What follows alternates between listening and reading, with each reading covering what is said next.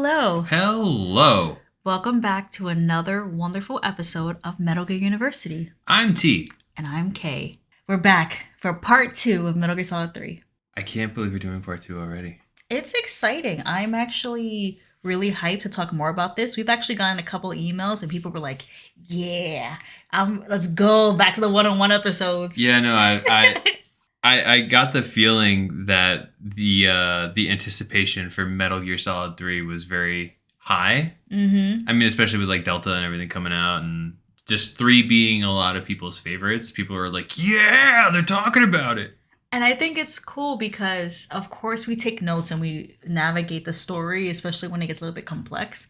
And I feel like even with this game, we kind of have to rearrange some plot points in order for it to make sense chronologically, I think. A lot of flashbacks in this game, a lot of like monologues. Yeah, there's a flashback, and then there's like a midpoint flashback, and we're like, not to say that I could do it better than Kojima. Oh. I'm not saying that. Okay. All right. I'm just saying, like, in terms of like narratively bringing it to a audience that's not playing the game and is listening, I feel like it's better this way. I feel like that's kind of a reason why these games need to be replayed. I think half of it's just like, what happened? Yeah. What is going on? Say it again. Who are you? Yeah, who are you is a big one. But yeah, we're back. I feel like these 2 weeks always creep up. So what's been going on in the past 2 weeks for you? How you been? I've been doing good. I've been watching you play Alien Isolation, and that has been a joy. Oh, it sucks. It's absolutely terrible. I cannot believe I am playing it. If you want to see me play on Twitch, we're TKNM, TKANDM on Twitch. It's not fun. The aliens around, the synthetics are around, they're angry, the aliens angry. It's not a good time, but I'm doing it. I said I would, and I'm making progress, which is shocking. You are. I mean, you have to get through that game one way or another, and you're doing it. What happened? No, I'm just thinking because like you only went through like really 2 areas where the alien showed up, and you were screaming the entire time. It was great. It was fun. Sad because like we've had people come in who apparently love the game. And it's just apparent that they're like, oh, okay, this girl, she's gonna have a good time. And it's sad that people are coming in to see me in pain, but I'm gonna be a big girl for it. And a lot of those same people were like, you have like no items. Yeah, some people are like, yo, she's missing so many things. I'm missing map expansions, ammo, crafting. But you know what? We're gonna get through it. By sheer will and fear, I will get through that game. You will. But it's honestly a fantastic game. It's weird to think that it wasn't well received when it came out. It blows my mind, to be honest with you. It's, essentially a cult classic, which is weird. It's a great game. I can't imagine this game not being hit. It marks everything you want to hit to have a successful game. It has an established IP. The graphics are amazing. Like especially for the time, yeah. Especially, honestly, even for now. Yeah, true. Graphics look great even today. Mm-hmm. You have great gameplay. You have a fucking AI system that is like so unique. It's almost like stalker horror perfected. It's shock, and like I was wondering why that company hasn't made a game similar. No wonder, because they weren't valued when they came out. Thankfully they didn't go under. They made the Total War series, if I understand, and they just went back to making that. So at least they're okay. They're just doing what they did before. I can't recommend Alien Isolation yet because I'm still in the midst of it, but it is a good game. It's a good game, and I love horror games, and it's definitely in that category. But I don't know when I'm gonna stream it next. But like you said, I got to get through it. So, how's Neopets going for you though? Neopets is fantastic. Thank you for asking. I am debating on spending real world money on it. Is that wrong? It's. I don't think it's wrong at all. I just think it's a funny sounding sentence because to me, Neopets is something that is very like late 2000s, early 2010s era Mhm. internet stuff, and I'm like, that's still happening. No, there's a whole bunch of history I've missed in the past 20 years. I made an account back in 2004 That's wild. and I got into it. Yeah. So it's my same account from when I was like 10, 11. And so going back and like going to web pages and being like, oh my God, they changed this. They changed location of this. Oh, this city felt this. There's a whole bunch of lore. And it's fun. I think too, you laughed at me because I was playing Neopets. And what was I watching? I was watching like Silent Hill 2, like a playthrough. Oh yeah. It's like I feel like I have my really cutesy stuff and then I love my real horror stuff. So it's kind of cool to find a game again where it's just really laid back and chill. It's fantastic. I do enjoy that it still has like a rather large community attached to it too. I joined the subreddit for it too. I'm going Wow, I'm going in. I'm going in. Wow, look at you. It's real like that right now. It's fun. I don't know. I've always been into like my things like for years. I've always been into like generally like manga or like I read my fan fiction. Like I kind of had the same hobbies my entire life. So I feel like Neopets was just also one of them. And I don't know what made me want to look back into it, but now that I'm back, I'm like, this is kind of fun. It's simple. I don't spend hours a day on it, but like when I'm there, I do all my little tasks. Like it's good to like check on things a day, right? Like it's like the check the boxes. You know, I like a good checklist. Mhm. I'm one. I like lists, and I go there. I do my little stuff, do my little lottery, do my little daily tasks. That's pretty cool. I love Neopets. That's pretty dope. If anyone wants to be friends on Neopets, let me know. I don't have any friends on Neopets. It's okay. We're just big dorks because I want to ask you about Warhammer. We're just going tit for tat with the dorkiness. Yeah, I feel like we're just like going like, oh, you're a dork? No, you're a dork. I told someone at work today, they're like, oh, what are you doing this weekend? And I was like, I was brave. I was like, oh, I'm recording a podcast episode. I was like, don't tell anyone. I was like, don't tell anyone. And I don't think she will. I hope. But I told her they even or anything. I was like, yeah, I'm doing this, whatever. And she's like, oh, I was like, oh, what are you gonna do? She's like, oh, I'm gonna go for a run. I'm into running. I'm like, you bitch. Wow. That's such a. I was like, why would you? Can you say reading? You put running outside. Running outside. Jeez, I don't know what that's like. But yeah, I hope no one from my job ever finds Oh my the god. Twitch or the podcast. Okay, what would you rather them find? The Twitch or the podcast? I would say the podcast. You see the podcast? It's very hyper specific. So if they're trying to get stuff on me, they'd have to like really comb through it. But like at Twitch, we should just be going off. Like you think we're yappers now? I should be talking about whatever. I think we're okay. No, but then they're gonna know too much about me. I don't want people knowing about me at work. Oh, I see. And then seeing you, like I don't want people to know about me.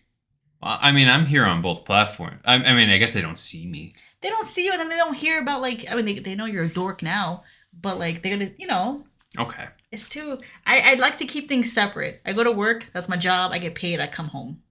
People don't even know you exist at my job. So. Damn, you don't talk about me? I don't talk about anything. Damn. I don't talk about anything at work. Neither do I. Well, I talk about you because. Oh, you do. You know. Sorry. It's fine. My bad. Why? But like, I don't really talk about anything like too specific. Do you want to start talking about you? No, it's okay. I don't give Okay, a I fuck. wasn't going to. Yeah, good. Don't. I don't give How's a Warhammer, dork? Warhammer's really good. I just painted Lord Solar, I think his name is. I painted him brass, and then I did the detailings in steel, and then his cloak is purple, and it has gold detailings. That's what I'm telling my coworkers about. You're just sitting at home painting stuff with the ring light. I'm telling you know what? It's calming. Okay, it's calming. Oh, after a long day, just sitting there. it's actually like very therapeutic. I'm not gonna lie to you. More than therapy. It's on par. I'm not gonna lie. Building them is a fucking pain in the ass, but like painting them, it's pretty nice. I feel like if there's anyone in the New York City area that does like Warhammer nights, like tell us. Email us at itstknm@gmail.com. That is itstkandm@gmail.com. Because I feel like you tell me stuff about Warhammer and I'm open and I listen, but I feel like you need like a crew of peeps to just like. Yeah, I've been slowly building an Astra Militarum army. The Astra Militarum, if you don't know, it's the army of the Imperium. They're not the Space Marines who are genetically enhanced to fight the evils of the universe. These are just regular people, and I find that that's kind of cool because it's the indomitable human spirit, baby, fighting demons and shit. I think that that's pretty neat. Anyway, I got no one to play with, and I don't know how to play even. I just like building and painting the thing. So, you know. Yeah, if you're in the New York City area. If you want to be my tutor and you're in the New York City area, I will pay you in Metal Gear lore.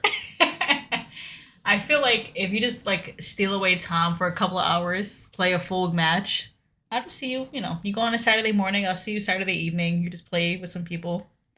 I think that'd be cool. It would be nice. I gotta find a way to transport those models places because True. I don't want to break them.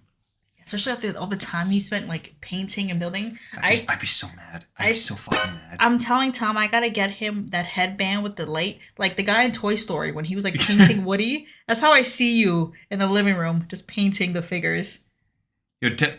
Solar looks pretty good though. Solar. You got to admit that. What about my Terminids? Those are my boys. My Terminids. The Von Ryan's Leapers. Von Ryan's Leapers. Von Ryan's Leapers. Those are my guys.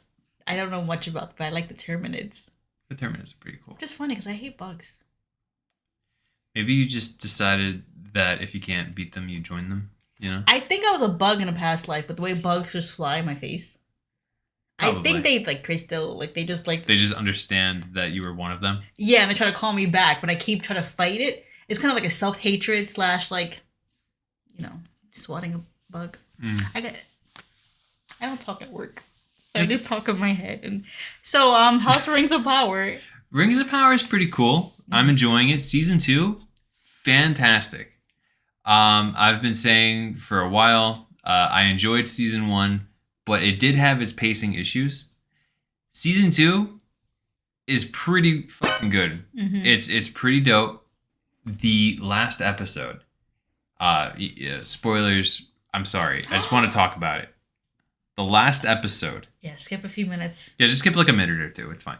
The last episode featured Tom Bombadil. Oh. It featured the Barrow-wights. Get them. And, okay, first of all, those two things...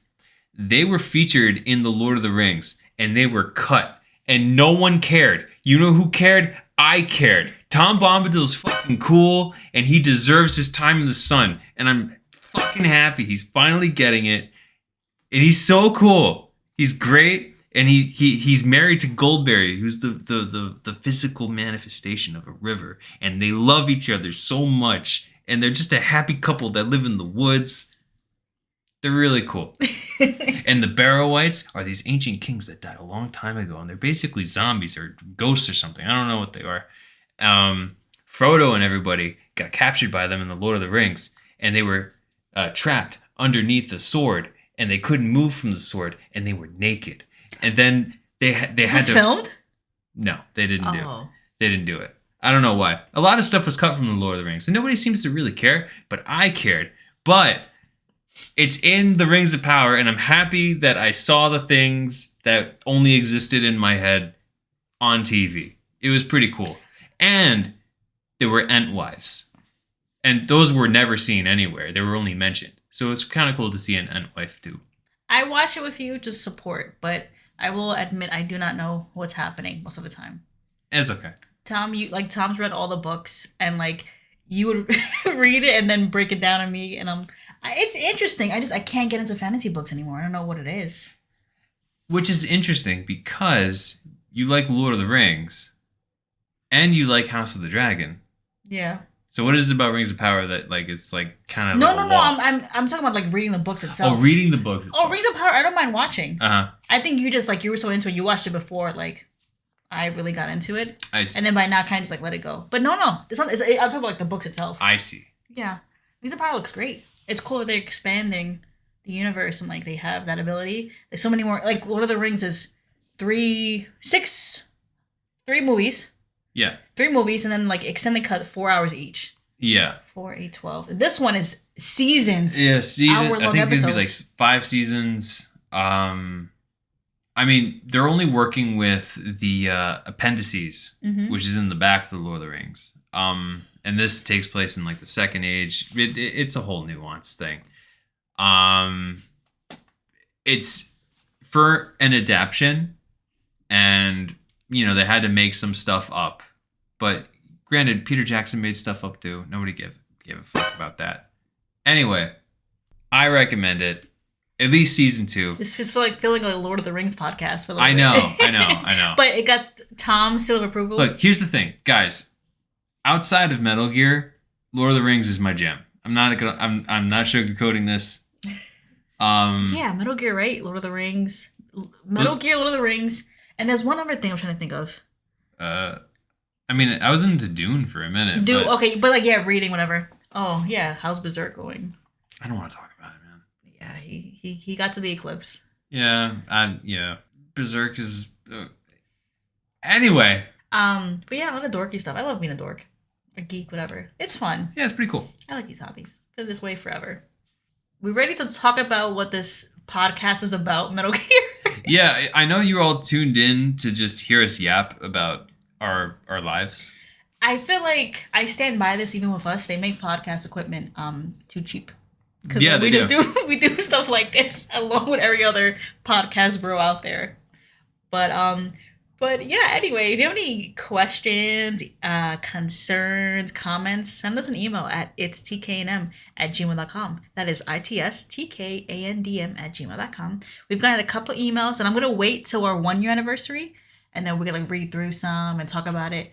We got one over the weekend, so appreciate you. We got one last week. It's been really nice. You want to dive in? But first... Yeah, that's right. You thought we were done? You thought we were done? You thought we forgot this week? We didn't forget this week. You know what time it is? What time is it? It's time for a pop quiz. Wow, we're back, baby. I know, full swing. I have in front of me 5 questions. It is up to you to figure out the 5 answers to these 5 questions. Are you ready? 5. Great. Question number 1. What date was the Virtuous Mission? August 24th, 1964. Wow, that is correct. Now, little bonus point. What is also on that date? I don't know about the year, but August 24th is Kojima's birthday. That is correct. Wow, you got a little bonus point. I know. It's like it's not written down for me. Question number 2. What is the name of Sokolov's design bureau? Oh, I actually do know this. So Sokolov is the head of the OKB 754 Design Bureau, which is separate from what Thunderbolt's Design Bureau is. That's what we learned last episode. There's like some kind of like contention, kind of like friction between the two. A power struggle, so to say. That is correct, by the way. Thank you. You're welcome.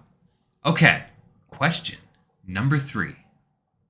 Is the Shagohod in phase 2 or 3? The Shagohod is in phase 2, and once it completes phase 3, it will be ready to go. That's wrong. I tricked you. There is no phase 3. I want this deleted.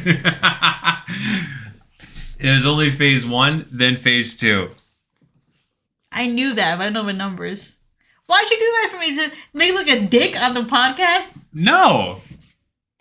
The question's written down. The answer's there too. I just didn't think We you'd say deleted it. this. I didn't know that you would say that. Phase 3 was a trick. It was the trick, not only you, but the audience, and you fell for it too. Anyway. No, go back to 3. Let's do 3, just in case. Okay, no, go ahead, question 4. So we're doing question 4? Yeah. Okay. What is Volgan's nickname? Oh, fake fan. Vogan's nickname is XX Thunderbolt XX. Yes, that was his nickname in the Minecraft mod. So that's bonus points on that one. There you go. His nickname is Thunderbolt. XXX Thunderbolt XX. Welcome to my server. I am correct with that one. You are correct. Question number 5. Last question. True or false? Sokolov's wife and child are in the USSR. They are in the US. They are not in the USSR. That is correct. I was so nervous. Why? Because you tricked me with the other one. Okay, first of all, I didn't trick you at all. Okay? I knew there were only 2 phases. Then why'd you say when it's a complete phase 3? Because I doubted myself. And I was like, maybe it starts at phase 2. Maybe phase 1 was building it. I don't know. I just knew. I'm so embarrassed. I'm a fake fan. It's fine. Don't worry about it. Fake fan. Don't shut up. It's fine. Anyway, now that we're done with the pop quiz, are you ready to start the class in proper? We're going to keep that in. No. Do it again. On to the episode. So the game starts, and it's with a cold open with a performance by none other than Cynthia Harrell. And she's singing Snake Eater. She's singing her fucking heart out. Everybody knows this. This is, if you know Metal Gear, you know this game. You know the song. You know it by heart. I feel like it's iconic. It's, when I think of Metal Gear Solid, you think of like Snake Eater, I would say. That's like one of the top songs of the series. Like, you ask any like diehard Metal Gear fan, they know this song. And the series has a couple of songs that are pretty iconic. Oh, and we 100%. can't even go into them yet, but there's a couple of songs that are fantastic. But this being the opening, we had the virtuous mission. You have that crazy ending, and then it leads into what is almost like a, what would you call this? It's almost like a homage to like a James Bond film, where you have Snake doing all these fantastical little stunts. He's shown to be from like an earlier model. Like he's from like the E3 presentation trailer. Which is interesting. While the music plays, we get a lot of images and video, and then we get little snakes crawling through. Mm-hmm. But the gameplay footage, like you said, it's from like the E3 trailer. It's from a previous trailer, and it's old. I would say even old. What's the phrase? Like old models of Snake. Yeah. I thought it was interesting to have it in there. I feel like Kojima probably made the trailer and he was like, people are going to see this again. I'm thinking maybe, this is a shot in the dark. Maybe they made this Snake Eater rendition like fairly early on in development. Maybe it was one of the first things that they did. Cynthia Harrell recorded the song and he was like, I gotta. Ooh, I have like an he idea was just for like this. he was just inspired that day. And maybe it was like one of the first things that was like done. I don't know for sure. That's my guess. I think my canon is that he loved the trailer he made, and he was like, I need to put this somewhere. I'm damn proud of this trailer. I need this to be seen forever. Because an E3 trailer, it's like, okay, it'll be put on YouTube but he's like, no, I want this to be held somewhere. Mm-hmm. So that's my. But Snake Eater is fantastic. Snake Eater, I think, was, I don't want to say the catalyst, but that song, when I was fully engrossed in this fandom, it was because I was on the train home and I heard this song and it just, everything clicked at once. And it comes after such a shocking moment too. Yeah. The boss betrays you. A literal atomic bomb goes off and you're treated to like, I'm still in a dream. And it's jarring. It's a little jarring, but like I feel like that 007 movies, especially, I mean, this game kind of rips off of 007 in a lot of ways, and this is kind of how those movies are. Like they deal in very heavy topics, but like 007 is almost kind of like a cheesy character. That is a good point. Very suave. It's a spy thriller. Yeah. And I think that was like the tone that they wanted in this game. And then when you play the game for yourself, and when we talk about other things that pop up in this game that seem rather weird or silly, that's the point. That it's literally the point. But in the opposite of silly, after this beautiful rendition by Cynthia Harrell, we are given this. Well, we are peeking into a conversation between Snake and Major Tom. Major Tom. So Major Tom and the crew get Naked Snake back, and they bring him back to the U.S. And Naked Snake is just covered in boo-boos and bruises. And not only is he dealing with that, but he has a lot of government officials on him. And they think that he is planning to defect himself. So he's kind of bearing the weight of everything that happened over in the Soviet Union. Mm-hmm. And I mean, I can't blame them for thinking that way, because all this stuff happened. The Cold War is now so much more intense in this world. Mm-hmm. And you have this guy who was there. Like, you can point at him. I mean, if I worked for the CIA, I would probably believe it too. Or at the very least, I'm like, yo, it's kind of suspicious, man. It's like when you get in trouble at school and you come home and you're like, I'm gonna get my ass beat. Like, I know I'm coming home to some stuff. Because, like, they picked up Naked Snake. And you can imagine on the plane ride back to the U.S., he was probably like, oh my God. Like, what am I going to say? They're going to get me. So they're going to put me in a cell, and I'm never going to see the light of day ever again. To me, it felt like Naked Snake was the only one really getting the repercussions of this. Major Tom didn't sound like he was worried. Yeah, from what we could tell, he was able to go in and out of that hospital fairly freely. You see him, he's wearing a suit and stuff. He seems okay. I mean, he's probably under surveillance. I would only assume that much. But Snake is definitely the main target, I would say. So Major Tom, of course, is visiting Snake. That's his boy. He's like, look, that was rough, but Fox is not done. This fox is still one step ahead of the hounds. We have a chance to fix this. We messed up the first time.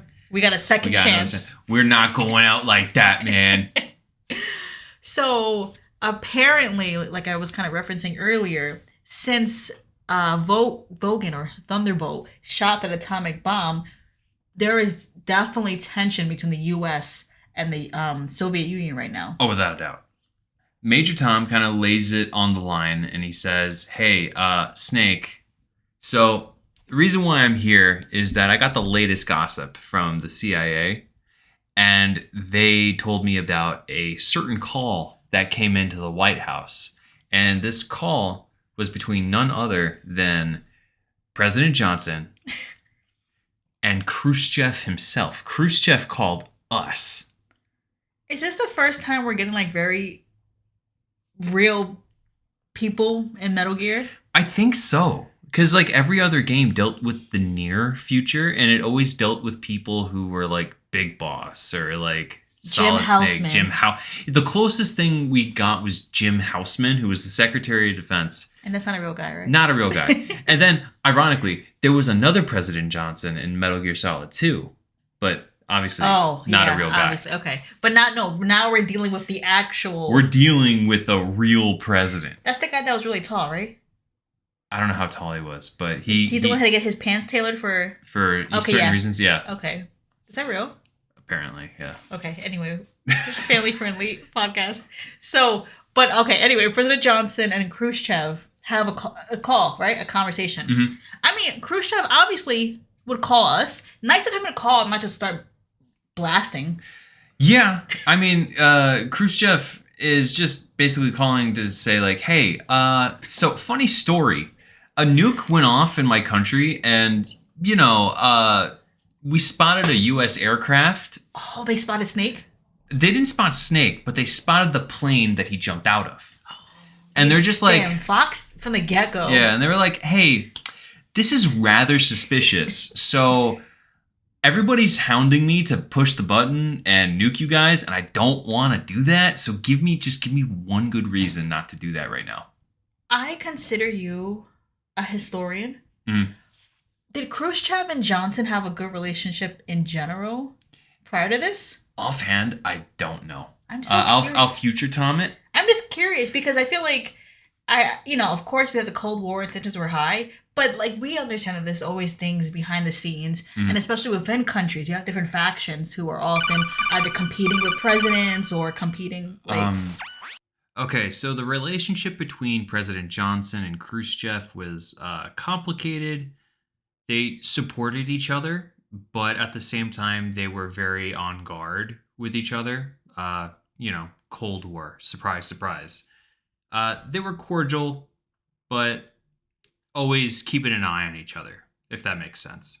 A fact I do know is that after the Cuban Missile Crisis, there was a direct line of communication established between the White House and Moscow.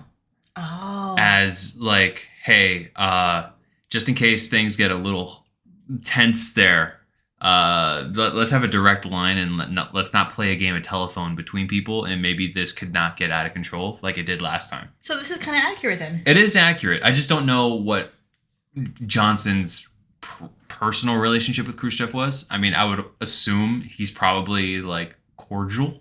You know, you don't want to step on anyone's toes. And I would think too, with kind of like what's at stake, it's not even just their individual countries; it's kind of the world. We're talking about like a nuclear arms race. Oh yeah. So I can see both of them being like, look, we might not like each other or agree, but there's higher things at stake. Like if we nuke each other, it's not going to be just the U.S. and Soviet Union that's out of the picture. It's going to be the entire world that's out of the picture. That's kind of nice. Let's talk it out before we make any, rash decisions. Yeah. And which is big of Khrushchev in this game, because you would think a nuke went off, killed people in his country. So Johnson's kind of like in like an interesting position here because Khrushchev knows something's up, obviously. And he's right. And Johnson, all he could really say is like, "Hey, man, that kind of sucks, but that wasn't us." It was. I mean, she was with us, but it was actually the boss. Yeah, the boss. You know the boss, aka Voyevoda. You might know her. And Khrushchev is like, "Whoa, the boss, the mother of your special forces. Are you telling me that this was her?" Talk about how legendary she is for like this soldier to be world renowned. Mm-hmm. Like Khrushchev knows of this American soldier. In Russia, you know her as Voyevoda. You mean the boss? The mother of your special forces? Wild. And Johnson even says that she's the reason why we even won the war. What did she do? I have no idea. It's one of the reasons why a lot of the fans have wanted to have a World War II Metal Gear Solid game where you play as the boss. Because I'm just wondering what sort of circa 1940 style Metal Gear was she fighting or something. And think about that. This game takes place in 64? Yeah. So 20 years ago, when she was maybe in her... She's probably in her 20s there. 20s, 30s? Think about how much... I mean, she looks very capable now. She was better than Naked Snake, messing up his gun, and he didn't even notice. So think about how much quicker she probably was 2 decades ago. She was probably a force, man. Serious. It's like watching Michael Jordan play for the fucking Chicago Bulls back in the 90s or something, In his prime. So Johnson's like, look. Yes, the boss, she's gone. She's working with Vogan. And the nuke that was shot out, that was her gift to Vogan. Like, she took that. It's all her. Yeah. Admittedly, the nukes were from us, but she stole them from us. Yeah, we didn't do it, okay? Khrushchev, he's just kind of like, yeah, okay, oh yeah, that's a very plausible story, but you're forgetting one very basic thing. Why was there a fucking plane in our airspace? You think I forgot? You think I'm stupid? Come on. Yeah, they thought shit was sweet for a moment.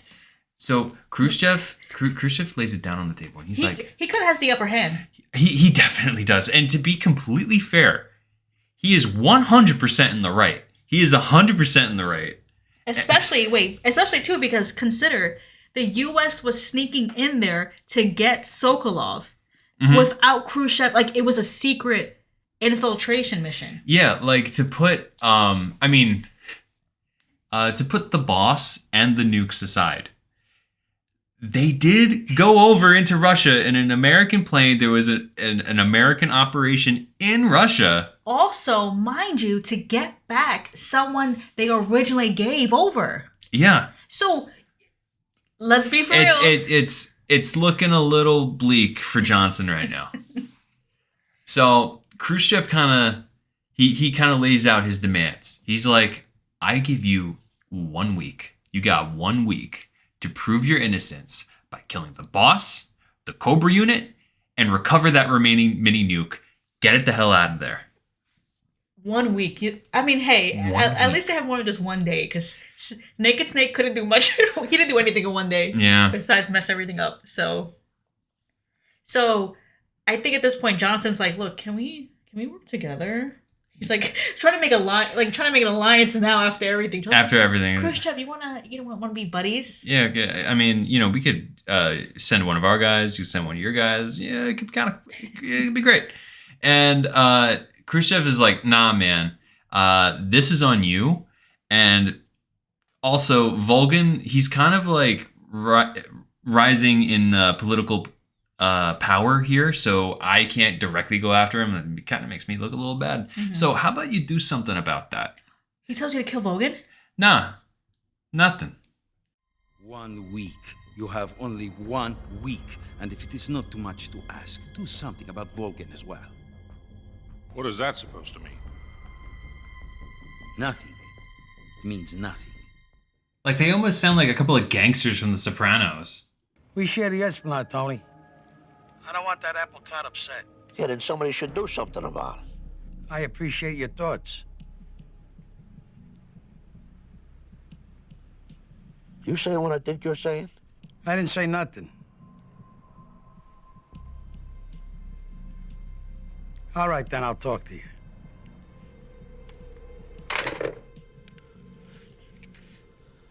Okay. Anyway, Khrushchev says if the U.S. fails, the Soviet Union's military, that's on you. Mm-hmm. It's gonna essentially, you have to do this. You got to do it. You have to do this. There's no failing. You got to do this. And Johnson he has to eat that. He does. But you know what's even funnier? He quote unquote eats that, and Naked Snake has to go back in. Yeah, President Johnson hung up the phone and he was like, "Oh God, that was a tough call. Hey, get that guy that got his arm busted up in the hospital. Make him go back. Go call that little puny Fox unit, and who's it? Those bunch of losers. Get them back in there." So we got Naked Snake only was given what? 1 week to recover. Terrible. I think it said that he had a couple of bone fractures and I think maybe some deep flesh wounds or something like that. And I think the scariest part is that the boss is still alive. So if she finds him again, he's what more is she gonna do? I would shit my fucking pants. Are you kidding me? I would be just fucking kill me. I would be like, I hope I don't land and find her because I'm nervous. Yep. I hope there's some time before I run into her again. Some time to recover, So the U.S. government is like, nah, man, we're strapping you to the back of a super secret spy plane and we are zipping you across the world to go right back to right where you left off. Oh, shit. Here we go again. So I guess at this point, they're sneaking in more so not because of Khrushchev. It's for the military, right? The military's kind of rising up against Khrushchev. Khrushchev knows about the plan. Yeah, it's almost like a joint operation, but Khrushchev is very hands-off about everything. Sure. Okay. They lent them a communication satellite to communicate with Snake and everybody else, but that's kind of all he really did. And the good point, of course, airspace security would be tighter because of what just happened. Yes. Good point. Noticeably tighter. So. Good thinking. Yeah. So they can't go in with their I forget the model of the plane, but it was a B-52 bomber or something. I don't know what it is. Mm-hmm. This time around, they're going even higher, and he's on the back of a Blackbird, which is the SR-71. It's a really cool fucking plane. It's the fastest plane ever. Okay. It's pretty sick. Upon my research, though, I don't know if it was the SR-71 or its predecessor, which was called the YF-12. I'm going out on a limb. Kojima likes big flashy stuff, so it's probably the Blackbird because it's the more famous plane. But maybe it is the YF-12. If there's a plane dork out there, I want to know.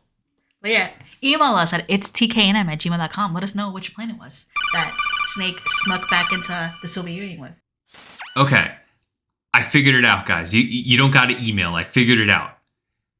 The plane that we see launching Snake in the beginning of the game is called an A-12. Now, the A-12 was designed to launch these drones called D-21s.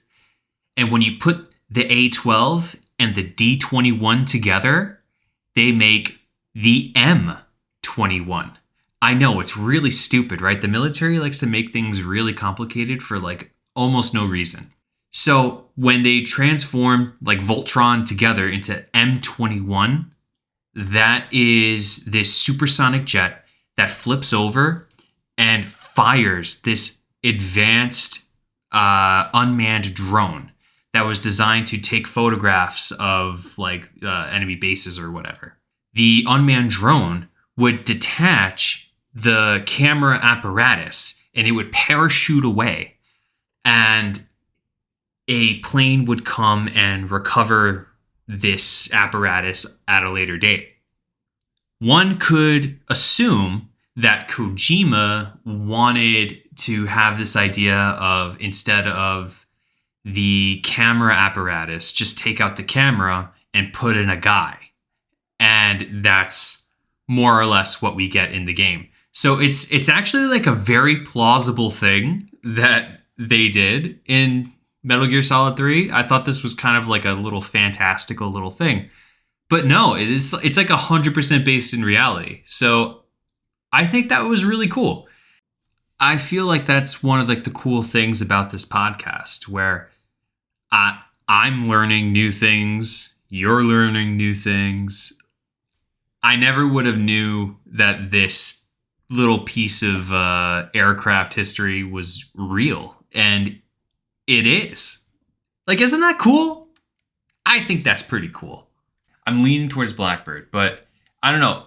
The YF-12, if you look at a picture, it's pretty close to. So I don't know. Oh, okay. Anyway, doesn't really matter, but I would like to know. So Major Tom is talking to Snake over the radio, and he's like, yo, this is our last chance to show your patriotism. And if you fail, that they'll be in a hospital bed again, waiting for the firing squad. Snake will be? Yeah. Do you think they had to kill Major Tom too? Probably, right? I would hope so. I mean, if I was Major Tom, I would hope not. But, you know, it's only fair. Like, come on. But, I mean, yeah, he's putting the onus on Snake. On Snake. That's rough, too. And I think for Major Tom, I mean, he doesn't, he's over there chilling. He doesn't have to do anything with the mission. But I guess just waiting and hoping you get that call that it's complete. It's like, Snake, please. Just get... Because they're going to kill him first. He's already in the U.S. It's like a gun to the back of his head as he's giving. He's like, Snake, please. For the love of God, just don't mess this one up, man. Please. Yeah. So Snake, of course, is like, okay, who's on my team? What's the plan this go around? And Major Tom is like, look, we have, like you said, a satellite to talk to you, mm-hmm. and we have some insiders within the Russian government to support. Yeah, apparently there was some 2 NSA code breakers that defected to the USSR in September 1960, which is really interesting because this was actually a real life event about 2 people who defected because that they saw that the USSR had better rights for women and that the chess culture over there was like really cool. Wait, you said that way too fast. Wait. This game happened August 24th, right? The Virtuous mission. Yeah. Then everything fucked up. Yeah. And then we're in September now, we could say. And Snake goes back in. No. This happened years ago. We're in 1964. I'm talking about September 1960. How come you're talking about that? Because that's when the 2 NSA code breakers defected. Oh, they've already been over there. They've been over there for like 4 years already. So they defected to the USSR and now they're back here helping? No, they didn't go back to America. They're still in there. I know, but they're just wishy-washy. They were in the US, they defected to the USSR, but now they're back here helping? Well, the KGB is kind of like, hey, we have these two people that might be able to help you out. They seem like they have no morals. Why would they go back and forth and help between the countries? Well, I don't know. Maybe that's kind of like something that the game touches on. Like, well, what is loyalty? What does it mean to serve your country? What does it mean to follow orders? I don't know. I'm just trying to set the mood here. But you're saying it's a real life event about two people who defected back in the day? Yes, this was a real story. It was two people. Okay. Who they were code breakers for the NSA, and they came to the realization that, hey, I don't know if this is true or not. I'm just telling you what they believed. Hey, the USSR, the Soviet Union, they have like really good rights for women, and the chess culture there, mint. Is that what's written about them? Yeah, and they were like, we gotta go. We gotta get there. How was this documented? Like, how? Someone asked them? They were like the Edward Snowden in their day. I don't know. So they go over and they live their life in Russia. One kind of regrets it immediately. What do you mean? And they try to go back to the US, and the US is like, nah, man, no. Have fun. have fun in communism. And the other guy, he kind of just lived like a life out there. Okay. More or less. I really did my like due diligence to find out if this little tidbit was true, but I just want to say it because it's funny. One of them had an affinity for collecting Japanese swords. And I just he was an otaku? Yes. And I just don't. I read about it and I tried to find sources behind it and I couldn't find it. But I just thought it was funny enough to share because the image of this guy talking to his friend, swinging a sword around in his living room, going like, "Hey man, we should like totally move to the Soviet Union because women have it much better there." And like, yo, the chess game there. That's him like slicing the sword in the air. The chess game there, amazing. Yo, we'll be like rock stars. I like also you were telling me that to slander them, the U.S. government, they accused them of being like gay, right? Yeah. Like that was the slander back then. That like, was the slander. My God. Just two men leaving? Two men leaving?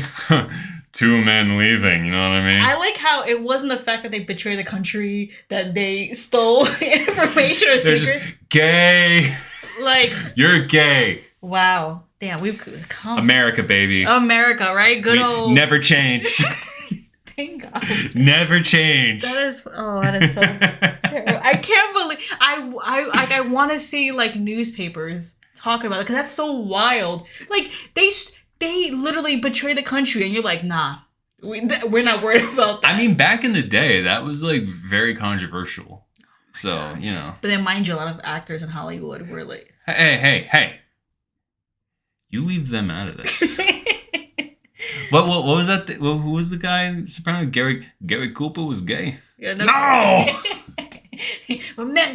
We're men. The strong, silent type. Oh my God. Okay. Sorry. We're getting distracted. Podcast. Metal Gear we're getting distracted. Podcast. Okay. So anyway, the two code breakers, right? They were training with the KGB, and they're code named in this game as Adam and Eva. Yes. Adam is apparently within Vogan's ranks, and is set to meet Snake at a rendezvous point to help him plot his escape.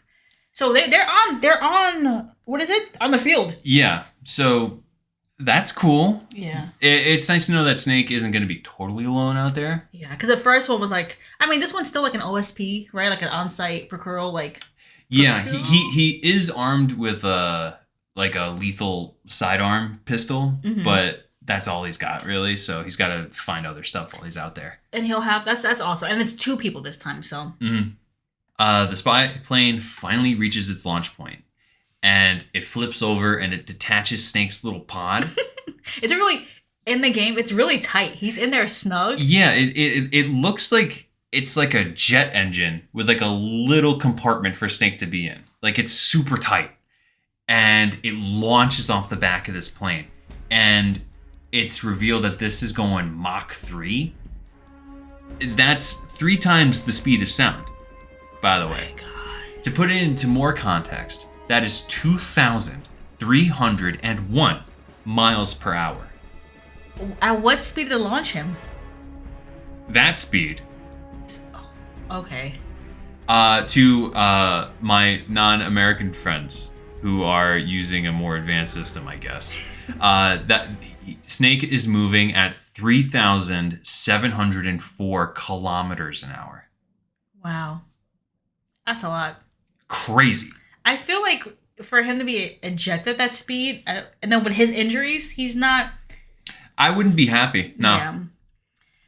So he parachutes into the jungle, and as always, I mean, it's only the second time it happened, but it's just a mess. Yeah. Like the pod gets like stuck in the jungle, right? Like It just launches into the trees and just goes into the distance. does the snake take a tumble too? He takes a tumble. He's not having a good time. He looks very uncomfortable, and he'll probably never fly in a plane again. Probably not. Probably not. But he makes it. He lands. He's on the ground. He calls Major Tom, and he's like, "Look, I'm alive. I'm good." I did it. I'm here.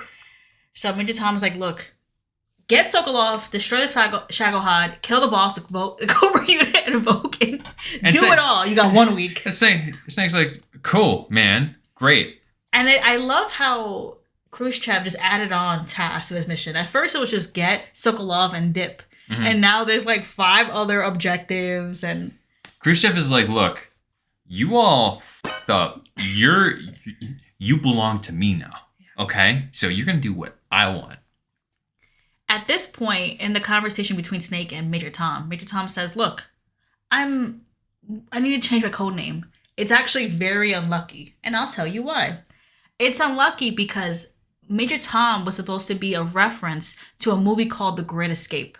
And in The Great Escape, it's about people who were like POWs, right? Yeah. They were captured by Nazis. And in this kind of camp they were in, they were building 3 different tunnels to escape. Mm-hmm. And each tunnel was named, what was it like? Dick, Harry, and Tom. And I think 2 were just like distractions, right? Diversions? No, they weren't like distractions or anything. All 3 were being built simultaneously. It's just that the Nazis discovered 2 of them.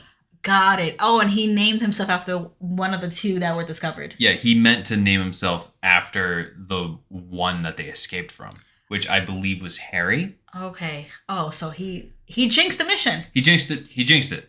And what's kind of revealing is that Major Tom was like, was it me?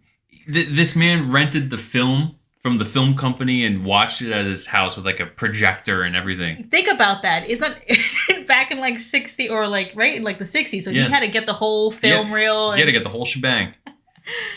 And What a dork. It's like 70% of him is made out of movies or something. I know, right? Who would do that? Yeah. So Major Tom says, look, you know what? Call me Major Zero. And I feel like if Tom was a tunnel that was found, Mhm. and that's super unlucky, how is Zero any better? I feel like Zero is like zero, like loser. I don't know. I thought that Major Zero sounded cool. What was it based on? He said what it was based on? Major Zero? No. I don't know. If somebody were to say to me, hey, do you want the code name Tom or do you want the code name Zero? I'd say Zero. I'm Tom. Why do I want to be codenamed Tom? I'm Tom and I'm Major Tom. Major Tom. I want to be Major Zero. That sounds cooler. If I want a code name, I don't want my code name to be my real name. Major Tom. Fair. That's dumb. Anyway, also rejoining the crew is Paramedic. And you know what's terrible about this mission? You know how Snake might die and now Major Zero might die by firing squad? You know what's going to happen to Paramedic if this fails? What's going to happen to her? She's going to have her medical license revoked. What a tragedy. If we fail, she'll have her medical license revoked. It's more or less the same kind of fate. Some might say it should have already happened. Who's to know? Who's to know if she should lose her medical license now? We don't know what kind of a doctor she is. Yeah, So, yeah. you know. So while Zero and Snake are gonna die by firing squad, she just can't practice medicine anymore. Oh, boo-hoo. Great. Also joining, who's apparently just on for the ride. Nothing bad will happen to him because Good. what did he do? Yeah, he's just coming on. Good for him. His name is SIGINT. It's short for Signal Intelligence. He's basically your weapons and equipment expert. Big STEM energy with this guy. Yo, let's go Sigint. I'm rocking with Sigint. But we now see a much more fleshed out crew for Naked Snake, which I'm just going to refer to him as Snake. But Snake is a lot more supported, and you'd hope with kind of the gravity of the situation and just the sheer number of objectives this man has to do. Went from one objective to like 5. And knowing that the boss is one of the objectives, he needs all the help he can get. Oh, without a doubt. So Snake is like, got it. I got 1 million people I can contact. I got 1 million more things to do. First, I'm going to go meet up with Adam.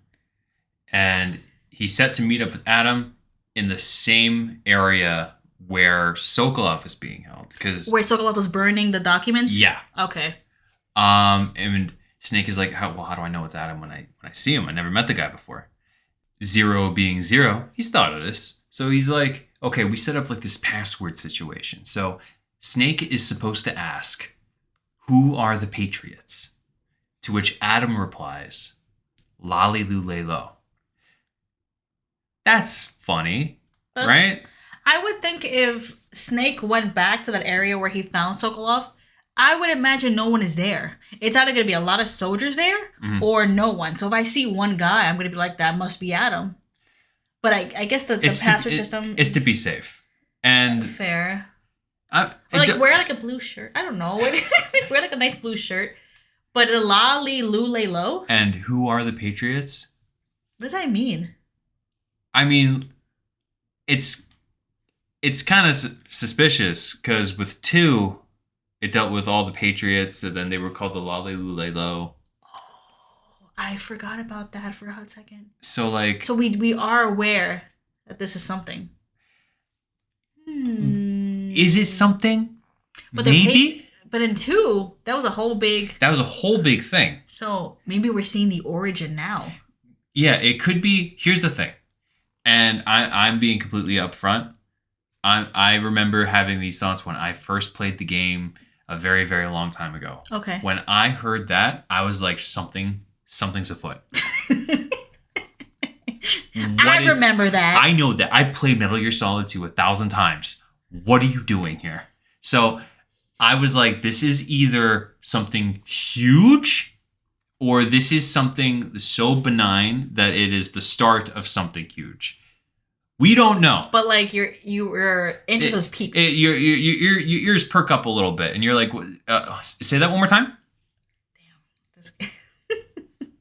But of course, as any other Metal Gear game goes, you just continue on. You just gotta go with it. You gotta go. Just go with it. It's just a little bleep in the conversation. So it is at this point where Zero officially dubs the mission Operation Snake Eater. Ooh, because we're killing the boss and the Cobra unit. Oh, Snake Eater. I mean, I guess that's the cooler. I bet you Zero was up there thinking of more stuff because there's more tasks to do. You got Thunderbolt. You got Sokolov. So I guess Snake Eater was the coolest. I'm trying to think of like other things. Voyevoda. No, I'm thinking like other operation titles you can call it because like the Cobra unit's just part of it. Yeah, if you were to like Operation Puddle. Puddle? Because it's Thunderbolt and I don't know. Lightning is attracted to water? I don't know. Or Operation like Toast. I don't know. Operation Toast? Toaster. Is that what you said? Operation Toast? I was just thinking of electricity because Vogan. Or like Sokolov. Did he pee himself? Operation like. So Snake is traveling to meet up. He's continuing on to meet up with Adam. And as he's, I think he's in a new area of the jungle, right? Of course, they probably didn't drop him in the same area. Probably. You start off in a new area, but you eventually find your way into the same area that you did for the Virtuous mission. Okay, so he's traversing. He's going. Yeah, Snake is going, and he hears a horse. just a horse. And this is also at the dead of night, no? Or like maybe early morning? Yeah, dead of night, early morning. I don't know. It's dark. Yeah. So, in the notes, Tom goes, Snake goes to pet it. Does he really go to pet it? Yeah, he does. Oh.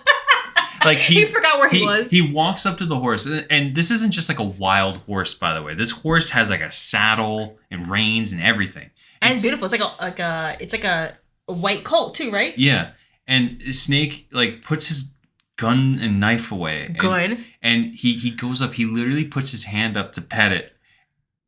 And when I tell you that the boss just appears right behind him, like a ghost. It's like a magnet. Like she knew. How? I feel like she knew. She just was there posted, waiting for him to land there. How did she know? I don't know. In all of the jungle. That jungle's big. He just landed. Well, she's there with the horse. What does she do, Tom? Well, she starts like mocking him, and she's like, "Yo, that arm still hurt?" It does. And my heart. Snake he tries his best to pull his gun out, and the boss just whips over to him and disassembles it and just completely just destroys Snake. She flip him over. He's on the ground. It's just disrespectful. Like Mommy, stop. She doesn't even like really hurt him. It's just she's just disrespecting him. I think the worst part about this, when she just totally disrespects him, she looks at him and just says, "Go home." Go home. Like, oh my god. She didn't even say, like, she's just, like, just kill me. You are no match for me. You're no match for my friends. Get out of here. Go home. Like you tell a child to go home. You tell a little kid, it's time for you to go home. Take a nap, Snake. And she's like, yeah, like you said, she's like, you're not doing this. And then at this part always scared me. She took out a gun, and I was like, damn.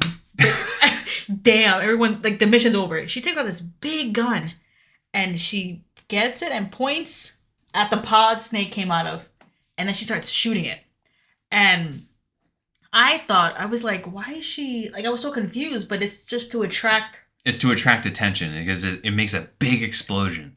And she turns to Snake, and she's like, that'll stir things up a bit. You better hurry. At first, I thought, okay, maybe she's on my side, still cares about me. But doing that shows to me, like, she's committed. Yeah, I feel that she doesn't view Snake as an enemy in, like, a traditional sense. Like, she sees him as a guy that she cares for on the other team. Yeah, he's like the opposition, not the enemy. Yeah. So she's like, I feel like she's trying to do him a solid and just say, go home. Go home. Get out. I have to do this, but you gotta go. Kind of forcing his hand too. Like, you can't just sit here and contemplate. Yeah. So the pot explodes. Obviously, people are gonna hear that. The boss, she's there with the gun, the fire around her, and there's a moment where Snake looks at her, right? Yeah. And there's a literal ghost behind her. What does the ghost look like? It looks like a guy in a hood. It's weird. I don't know. No one even like mentions it. Snake doesn't even like acknowledge it. I feel like he's just too overstimulated by everything that's been happening, and he's just like, was that a ghost? No, forget it. The ghost. I can't do this right now. I can't. And like, yeah, he's clearly there overstimulated, and he's just going through the motions. So I think his most pressing thing is like, why did you defect? Mm-hmm. I think that's been like the major question to him. Like, I feel, like the major question to her. He has a list of things he wants to ask her, but the main thing is like, why did you go? Yeah. You are a soldier for the United States. So why are you now? Why did you do this? And she responds by saying, I didn't. I'm loyal to the end, to my purpose. And I find that to be an interesting response, because it answers it, but I feel like it's very ambiguous, Like what do you think she might be talking about? All I can think about is the original conversation Snake and her have when they reunite. And when she talks about the purpose of being a soldier and fighting for your ideals. So I really think this is kind of another point that she's trying to get across to Snake. It's, what is your purpose? Because as a soldier, you're gonna have many different, many different missions to do. People telling you what to do. What do you hold yourself to? What are your morals? What guides you? And I think she has, again, my purpose. She has something that she's following, her ultimate goal. And I don't think it really makes me feel like we're going to understand this at the end of the game. Yeah. Like, we're going to get to a point where we're like, oh, that's so. Like, it's hard to convey it through audio, but like when you see it in game, when she says, "I'm loyal to the end," the end is in quotation marks. So I think like she's like, loyalty to the end is something like not to the end of like my life, but like to the end of like there's a purpose. My purpose, yeah, to what you were saying before, I suppose, like fighting for something higher than yourself and not just for like a country. Like there's an end goal that I have in mind and I'm going to stick by it. So I think even at that point where we're supposed to hold that and really kind of ponder as we continue. I do find it interesting that she believes that she didn't betray her country. So like in her heart, in hearts, she feels that she didn't. It's just that her beliefs didn't change. Her country did. Oh, I didn't think about that. You know what I mean? So, okay, why did you defect? I didn't. I'm loyal to the quote end, to my purpose. So there's an ultimate purpose she has that is also going to serve her country. Yeah. And her overall ideal. I view that as like, I didn't change. They did. Like that's how I view it, you know? Yeah, she's going above even. I see your point. She's going above even what the US asked of her. She's going by, no, I love my country. I'm doing this for my country, not for the government or officials that are telling me what to do. I'm beyond that. Yeah. I see. Okay, I like that. So to what end she is going to, we don't know. She's just like, I'm here. And I like it too because we have Snake, who's obviously so enamored by her and so focused on their relationship, and she's even at this moment like, there's bigger things to worry about, Snake. Yeah. Like, I care about you and I love you because I feel like she would have killed him by now if she didn't. Yeah. But there's a larger picture, Snake, that you're not capturing. You're worried about interpersonal stuff where we have the world at stake. Yeah. Snake is definitely the kind of person that is he only sees like Team Red and Team Blue. And he doesn't care who is on either side. Like he's on one team and he supports that team no matter what. Yeah. And the boss is someone who's like, well, someone who used to lead Team Blue is now on Team Red. So am I on Team Red or am I still on Team Blue? What does that mean? Yeah. You know, and she's trying to have that deep conversation. And Snake is just like, Team Blue, Team Blue, Team Blue. Yeah. Also, why'd you leave me? I love you. Yeah. He's very overstimulated. So hopefully as he traverses through the jungle, he'll get his bearings. If that wasn't enough, her little lesson, her little moment of teaching to Snake, she then says, hey, next time I see you, if we meet again, I'll kill you. And then she mocks him for having the bandana, right? Yeah. Doesn't she because he grabbed it before she threw him off the bridge. He grabbed it from her dome, right? Yeah. And she tossed him, and that was the last thing. We didn't even mention it. He's wearing it, right? Yeah, he's wearing her bandana. But you see what I mean?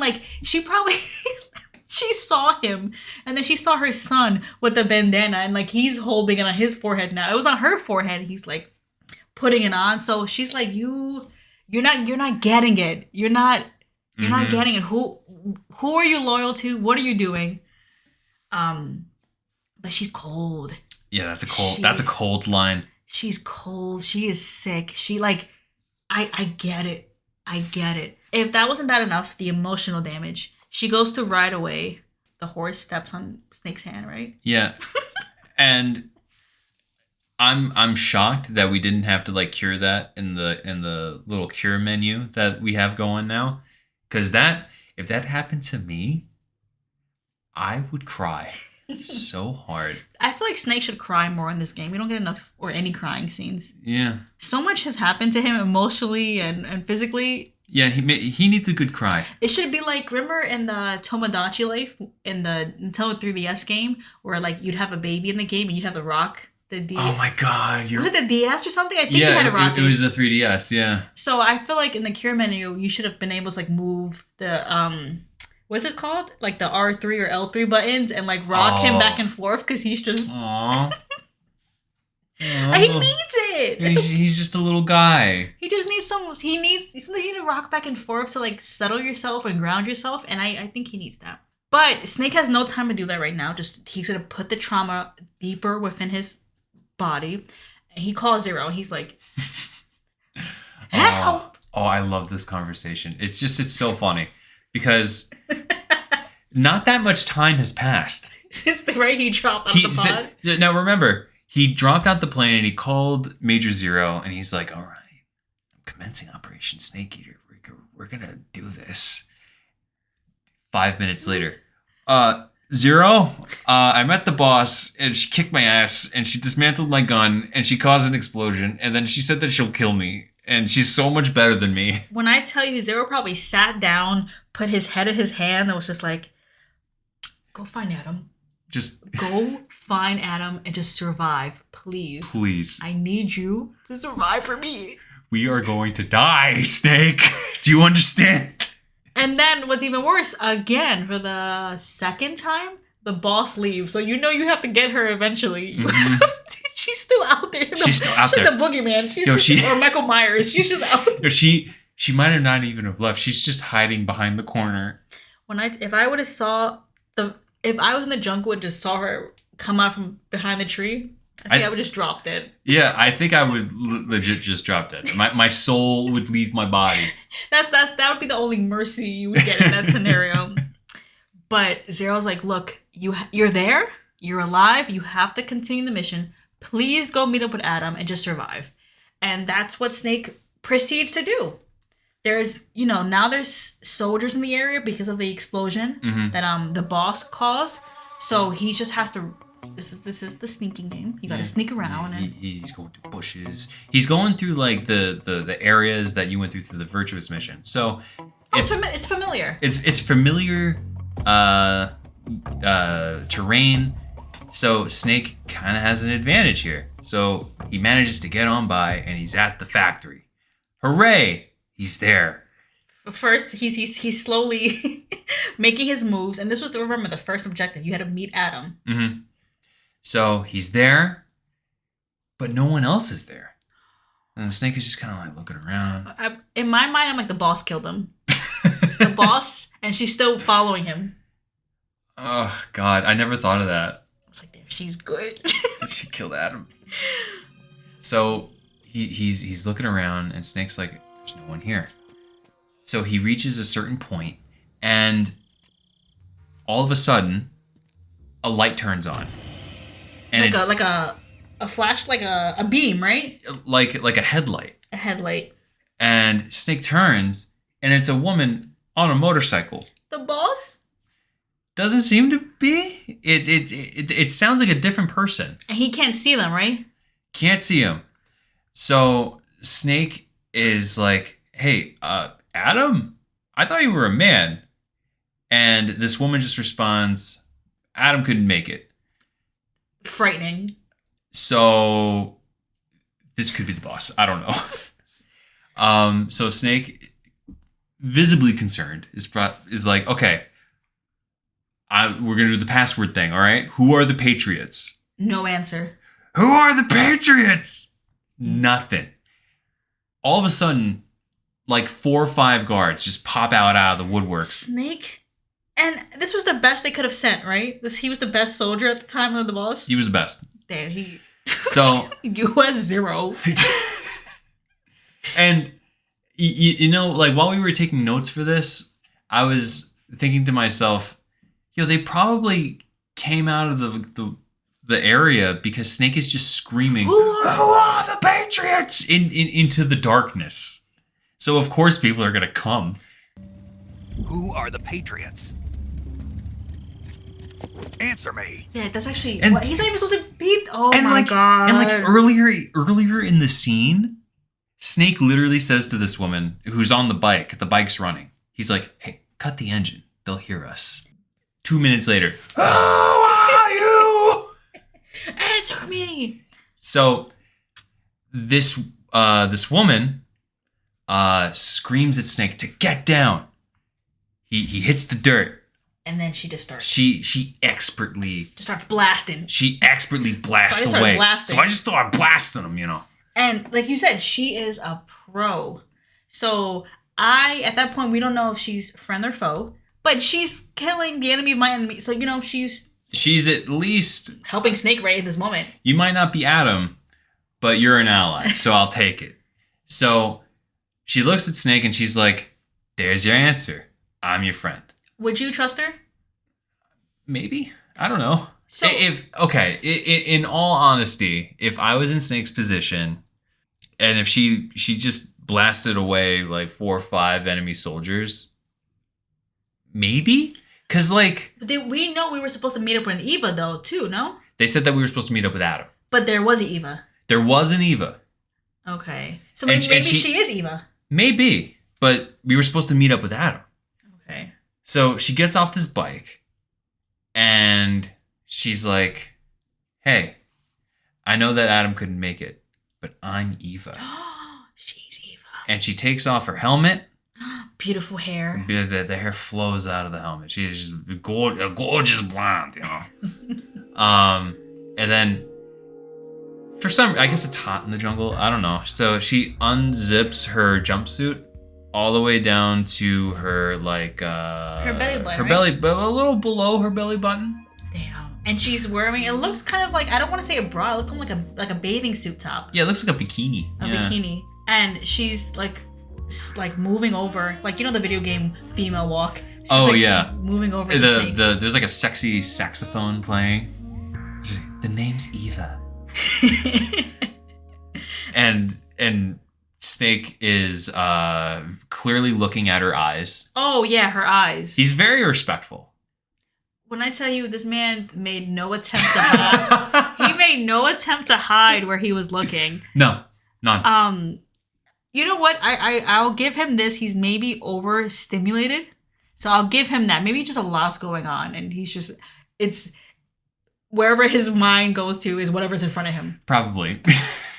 But, Eva's kind of guiding this conversation. She's like, let's go to a safe location. Let's talk there. And Eva's, I think they're in that same place that Sokolov was, right? The house? Yeah, it's where I call it the house. I mean, it's like the most stable place in this area. It's where Sokolov was like burning all these documents and everything. So she again says, like, Adam couldn't make it and that Vogan wouldn't trust Adam anyway. So Eva was sent in because, she can do things that he can't. I wonder what that means. Maybe she could ride a motorcycle and Adam can't. I bet you it's because it's the motorcycle. Yeah, she could ride motorcycles real good. Real good. So Snake tries to break the ice, and he's like complimenting her on her shooting techniques. He's like, you shot sideways, like, right? Yeah, you shot like a gangster, That was impressive. That was really cool. And she was like, "Yeah, I bet you've never seen that before. Check out my gun. It's this Chinese Mauser. It's really cool." And Snake's like, "Yeah, I guess that's cool." And she's like, "Hey, don't worry. I got a gun for you too. And it's American." Ooh. And she brings out this like 45 pistol. And it looks cool.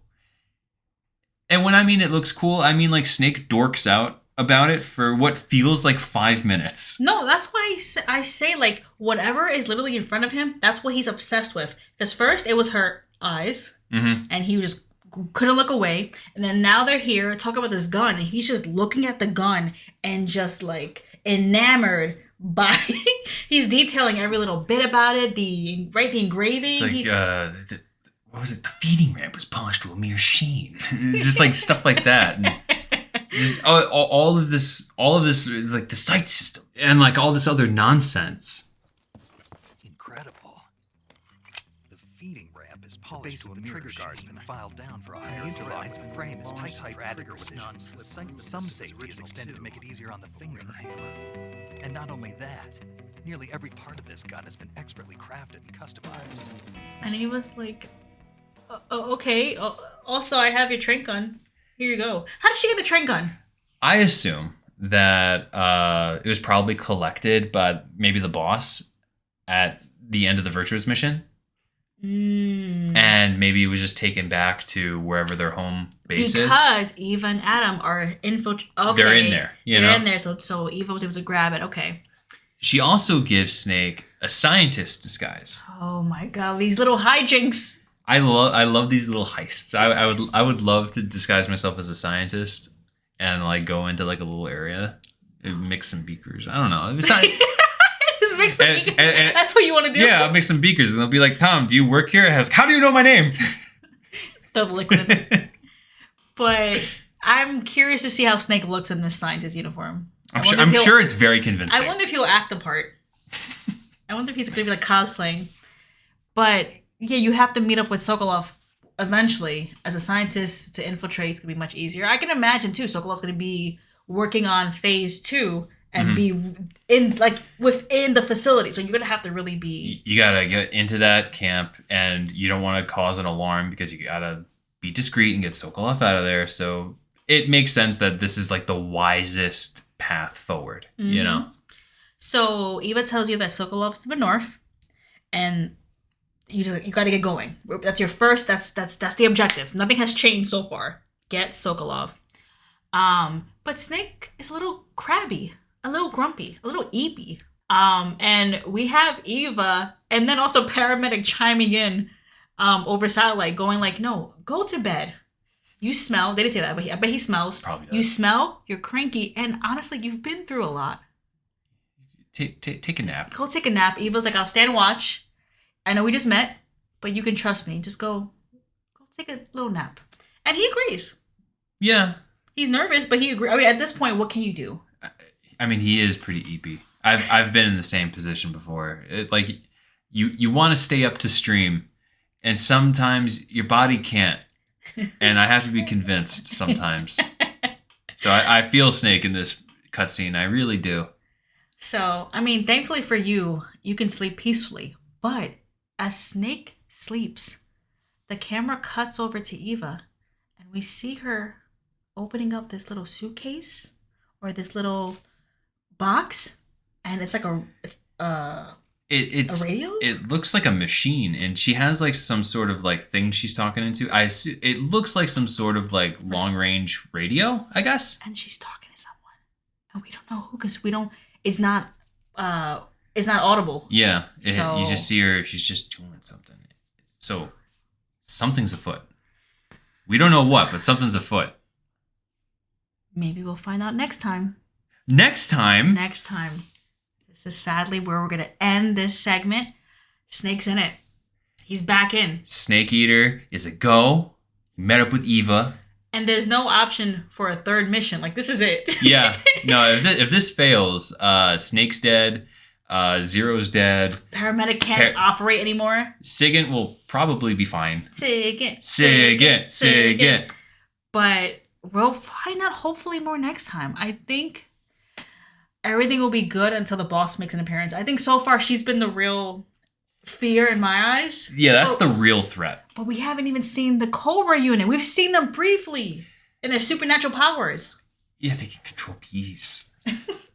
And there was a guy upside down. I don't know. Stuff was going on. They're a bunch of freaks, man.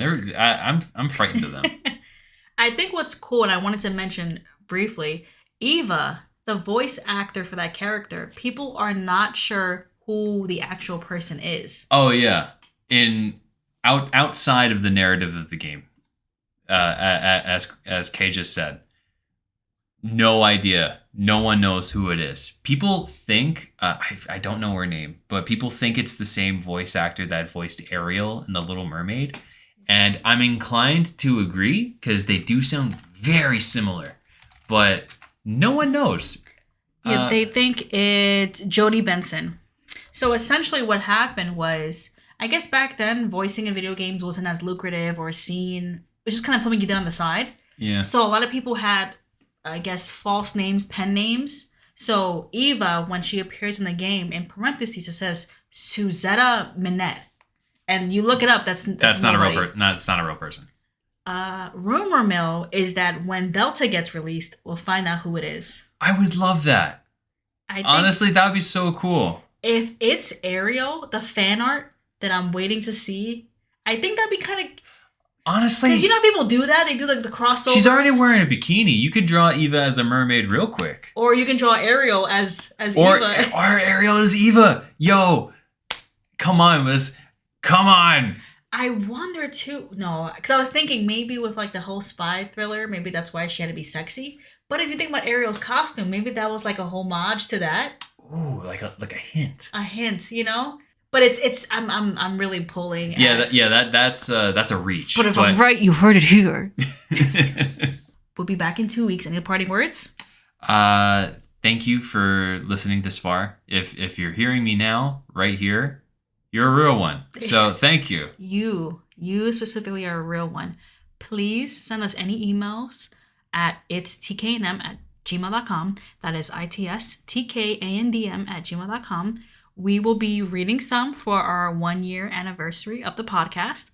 And otherwise, you can just like say hi, say hello. We read everything. So don't think that you're just sending it to nothing. We legit read every piece of email that we get. So Thank you very much. But that'll be all. that'd be all. Bye. Goodbye. See you later.